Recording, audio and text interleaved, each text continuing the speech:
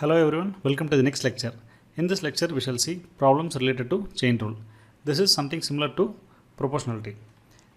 We shall see direct proportion. Two quantities are said to be directly proportional if one increases, the other one also increases to the same extent and vice versa. That is, if one decreases, the other one also decreases. So this is direct proportion. If x is directly proportional to y, then we can write x is proportional to y. That is directly proportional to y, and thereby x is equal to ky for some constant k. K is any constant. So you can equate the proportionality through this formula, that is x is equal to ky.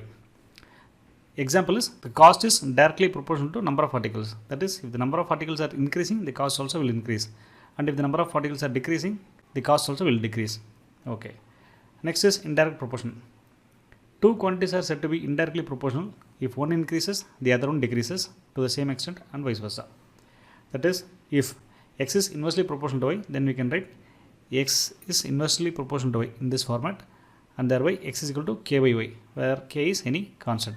So in this indirectly proportional, if one value increases, the other one decreases, or the other way.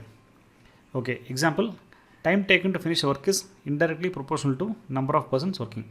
So if more number of people are working, it will take less time to finish a work, and vice versa. That is, if less number of people are working, you need more time to complete a work. Okay, before we proceed to solve the problems, we shall see how to solve this kind of problems. For example, if there is a particular work which can be done by some manpower, say some men, and then it can be done in particular number of days, and they can take some particular number of hours per day. So if number of men increases, then the number of days required to complete the work will decrease. Similarly, if number of men increases, then the number of hours per day will decrease. Okay, so it means m is inversely proportional to number of days. Similarly, m is inversely proportional to number of hours per day. So this can be combined written as m is inversely proportional to 1 by dh, where m is the number of people working, d is the number of days, h is the number of hours per day. So in this case, you can write, if there are two cases given, then m1 by m2 is equal to d1 h1 d2 h2.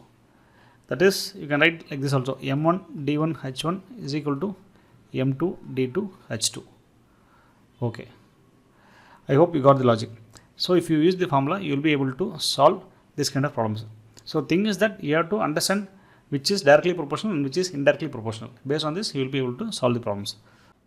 Okay, we shall solve few problems in the next lecture. Thanks for watching. I will see you in the next video.